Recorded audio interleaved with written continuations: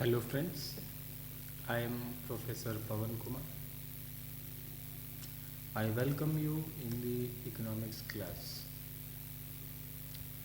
In the previous classes, we had a study about the first chapter. In that, we had understood that the subject matter of economics and the importance of statistics in economics. Now, in this chapter, we will study the sources and methods of collection of data. The important function of statistics is to help the investigator to collect the required data and draw the inferences. The purpose of data collection is to provide information regarding a specific topic or a problem. Data so collected show evidence to arrive at a solution to that particular problem. Like, for example, we have one statement in economics. India is the second largest populated country in the world, next only to China. Its total population was 36.1 crores in 1951. It increased to 68.3 crores by 1981. It was 84.3 crores during the 1991 census. It crossed 100 crores and it was 102.7 crores during the 2001 census. Now, in the year 2011, census puts the total population of India at 121 crores. So, what you can observe in this statement is that, or what we can observe by this sentence, that the total population of India is increased rapidly. The total population of India has not remained the same. It is changing from one census year to another census year. These values keep changing. That is why these values are called variables. And the variables are generally represented by the letters x, y or z. Each values of a variable is an observation. So, by this sentence, the values of these variables x and y are the data. So, data is what? Data is information about a particular problem or particular statement or particular topic. From these data, we get the information about the rapid growth of population in our country. So, what the statement I have read, by that data, we can get the information about the rapid growth of population in our country.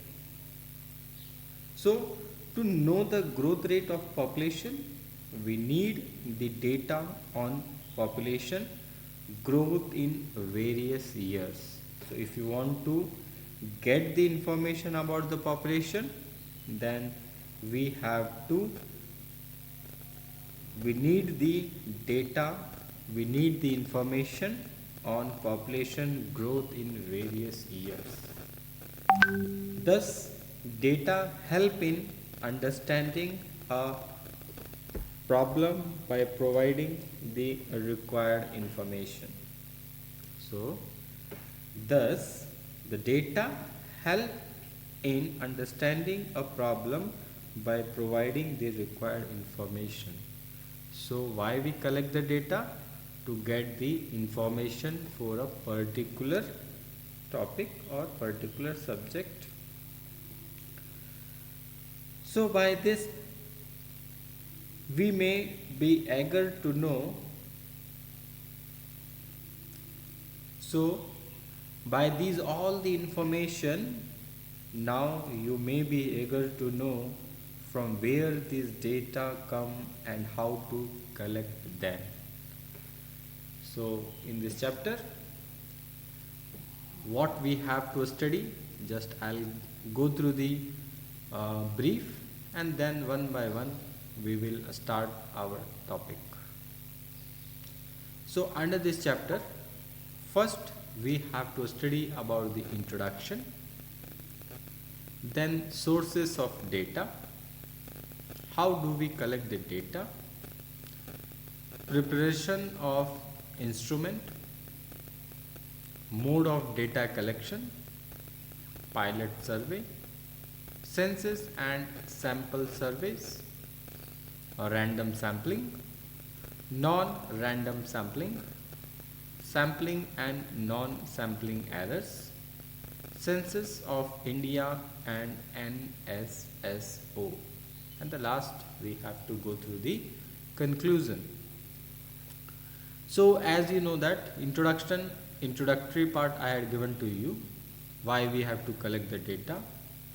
We have to collect the data. Data is nothing but the information. We have to collect the data to get information about a particular subject, like we had taken the example about the population. Now we will go through the sources of data. Under the sources of data, basically under this topic we have first one is investigator. So who is investigator? Investigator is the person who conducts the statistical survey is called investigator. It means a person who conducts the statistical survey. Statistical survey means numerical survey. That person is known as investigator. So that's why they are telling investigator. The person who conducts the statistical survey is called investigator.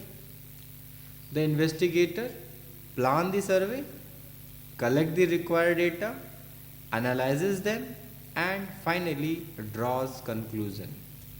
So what the duties of investigator? What he will do first? He will make a plan for the survey. Then he will collect the required data.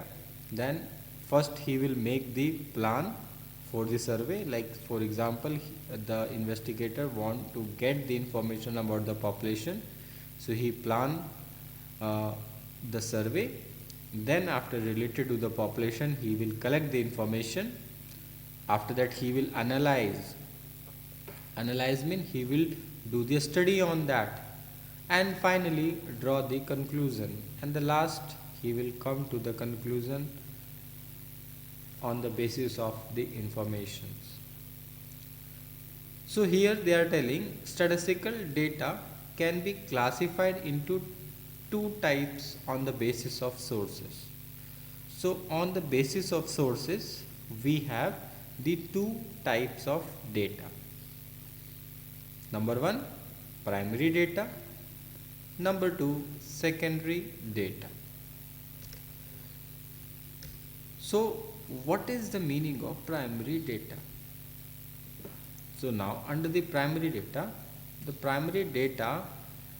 under this, the investigator may collect the data by inquiry or investigation.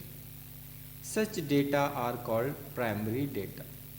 So here, when the investigator collect the information by directly or by inquiry or investigation, then that type of data is come under the primary data.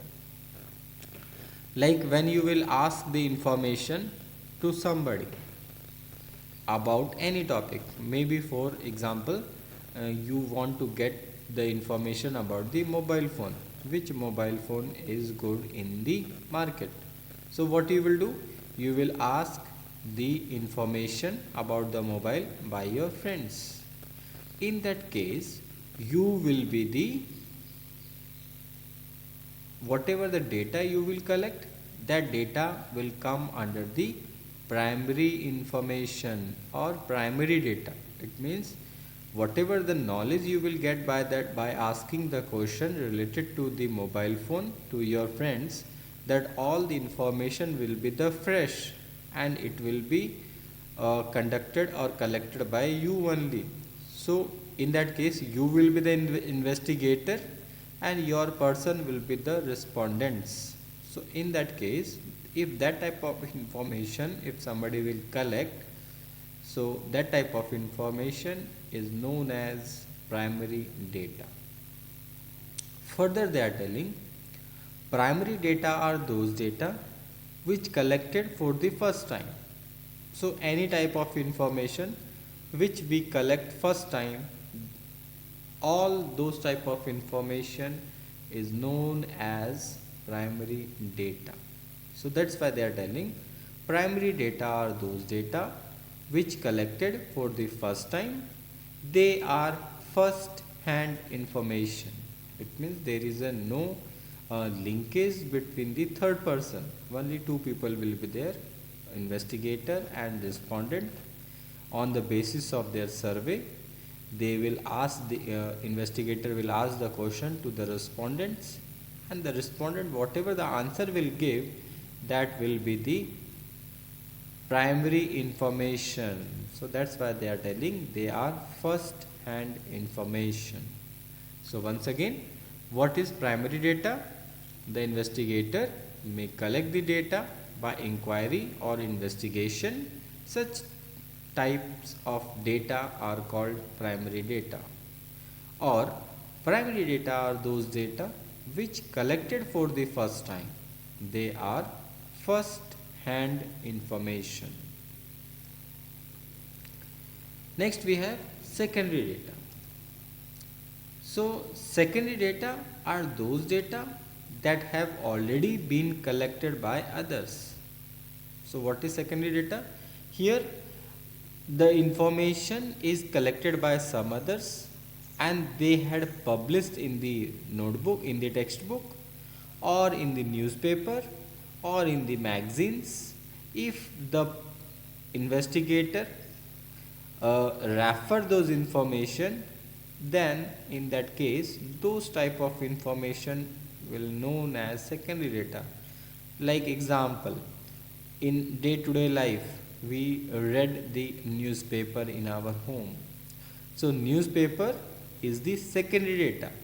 Somebody had collected the information, he had analysis and conclusion it came, and he had published that information in the newspaper. So when we'll read those type of information, when we'll collect those type of information, then that type of information is known as secondary data. So that's why they are telling secondary data are those data that have already been collected by others. It means somebody will collect it and somebody will refer those informations. Like now at present in the textbook, whatever the information is written, we had not collected this information, we are referring these informations. So when we are referring the information, that type of information, that type of data come under the secondary data or secondary information. So once again, what is secondary data? Secondary data are those data that have already been collected by others. Then how do we collect the data? Now question will come out. Now you know that you have the two sources of data. First one is primary data and second one is secondary data. So how we can collect those data, or how do we collect the data? So do you know how a manufacturer decide about product and how a political party decide about a candidate? Do you know? Yes, absolutely correct. They conduct a survey. by asking a questions about a particular product or a candidate from a large group of people. The purpose of surveys is to describe some characteristics like price, quality, and popularity, honesty, loyalty, etc. The purpose of survey is to collect the information.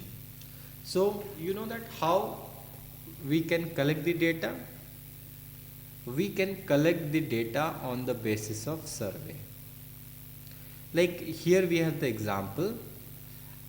You know that if any industry want to produce a new product, or any political party want to introduce a new candidate, in both the cases what they will do? First they will conduct the survey. What type of survey they will conduct?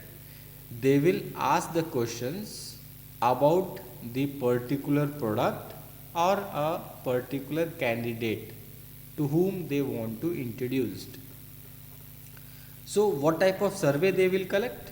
They will collect the survey related to the product like price, quality, and the popularity.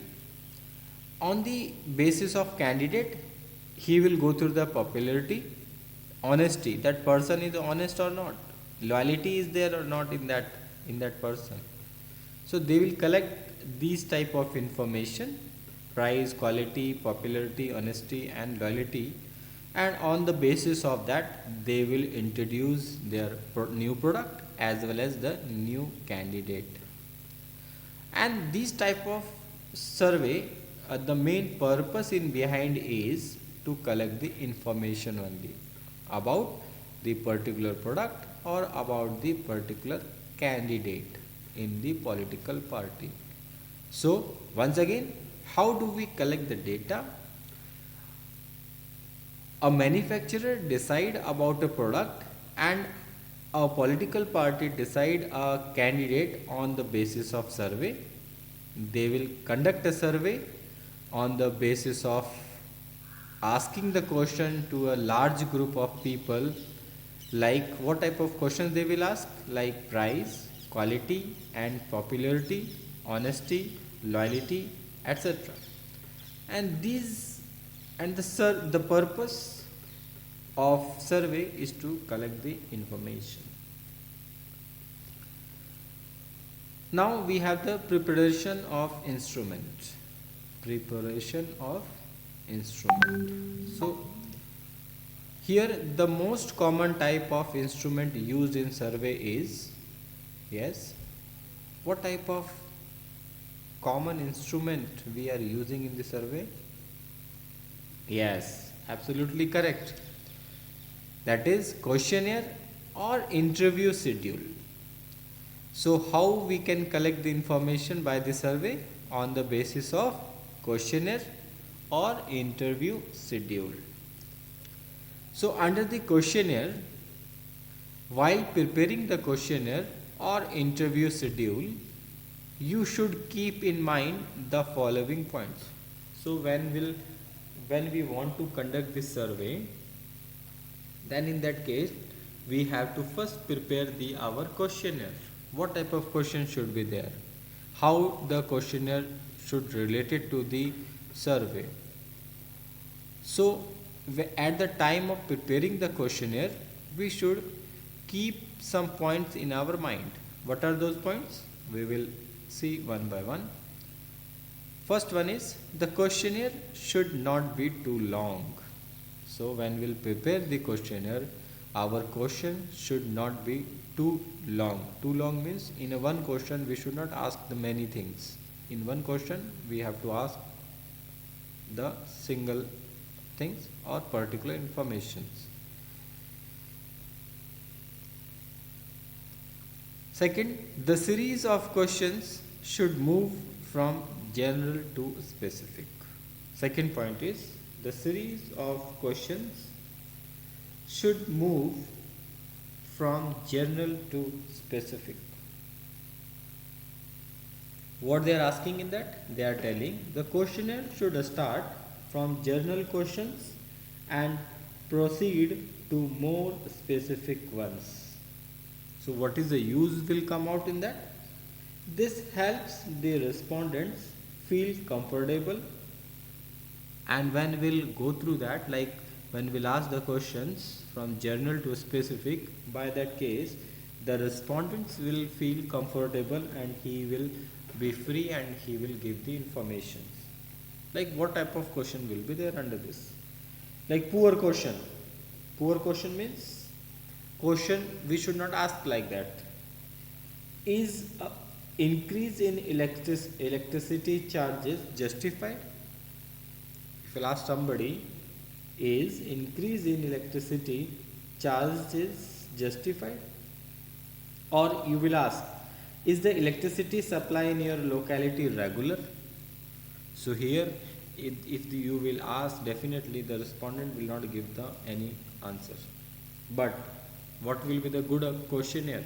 The good questionnaire will be, is the electricity supply in your locality regular? So if you ask your friends, Komal, the electricity supply in your locality regular? So the Komal will be free to give the answer. Or is increase in electricity charges justified? So in both the cases, if you will ask to somebody, definitely they will give the answers. So first you have to ask, electricity supply in your locality regular, or then after that when you will ask increase in electricity charges justified, then only it will be suitable. Because if we will ask that first question, the charges increasing in the electricity is justified, then definitely nobody will give, because we don't know in their area the electricity is coming regular or not. So in that case it will be very difficult to respond to give the answers. So we have to ask the question in general to a specific manner.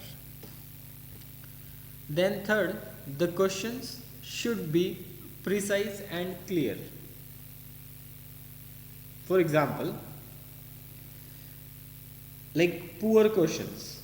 What percentage of your income do you spend on clothing in order to look presentable? Definitely, dear friends, nobody will ask the question like that. It's a wrong question. Why it is wrong? Because in that question they are telling what percentage of your income. We can't understand, we can't tell directly to the people that that much of percentage of income we are spending in clothing to order in order to look presentable. Definitely people are not wearing the dresses, they are not purchasing the dresses to be presentable. So what will be the good question? The good question will be, what percentage of your income do you spend on clothing? What percentage of income do you spend on clothing? So that type of question if you ask to somebody, then they will be give your correct answer. Next, the question should not be ambiguous. In that they are asking, they are telling they should enable the respondent to answer quickly, correctly and clearly. So if the ambiguous question will be there, then person will not give the answer quickly, correctly and clearly. So our questions should not be ambiguous. Like example, do you spend, poor question, do you spend a lot of money on books in month? Nobody will give. Ambiguous question it is. Here the people will not able to give the clear answer. So what will be the good questionnaire? The good questionnaire will be, how much do you spend on books in a month? How much do you spend on books in a month? So then the people will be able to give the answer in the correct manner. The next, the question should not be double negative. So it is also important at the time of preparing the questionnaire. Why it is? Because the questions are starting with wouldn't you or don't you should be avoided. So when we are preparing the questionnaire, we should avoid the wouldn't you or don't you, should be avoided as they may lead the biased responses. So in that case we will get the biased responses, so we should neglect the double negatives. Like poor question, how it will be: don't you think smoking should be prohibited? It will be poor questions. So what will be the good question? Do you think smoking do you think smoking should be prohibited? So we should not use the don't. We should use do you think smoking should be prohibited, because here single negative is there. Previous sentence they are telling the double negatives in a one sentence. So we should not go through the double negatives. Next, the question should not be leading questions. Like why the question should not be leading question? Because sometimes the question which gives a clue about how the respondent should answer. So in that case our questionnaire will be fail. So we should avoid the uh, this leading questions. Our questions should not be leading questions. Like example, a poor question: how do you like the flavor of this high quality tea? Do you like the flavor of this high quality tea? Here we are giving the clue about the tea. So we should not give the clue to the peoples. So what will be the good question? How do you like the flavor of this tea? How do you like the flavor of this tea? Then next we have the question should not indicate alternative to the answer. So we should not give the alternative to the answers. Like for example, poor question: would you like to do a job after college or be a housewife? We are giving the alternative answer, housewife or job. So our question how it will be: would you like to do a job if possible? Then here the clue will not come and the respondent can give the answer clearly. So these are the all questionnaires which we have to prepare at the time of survey. So now next topic we have mode of data collection. It means method of collection of informations or mode of data collection. How we can collect the information. So basically we can collect the information by the three methods. First one is personal interview. Second one is mailing questionnaire. Third one is telephone interview. So we have the three modes of data collection: personal interview, mailing questionnaire, and last one is telephone interview. So these all the three modes of data collection we will discuss in brief in the next class. Thank you.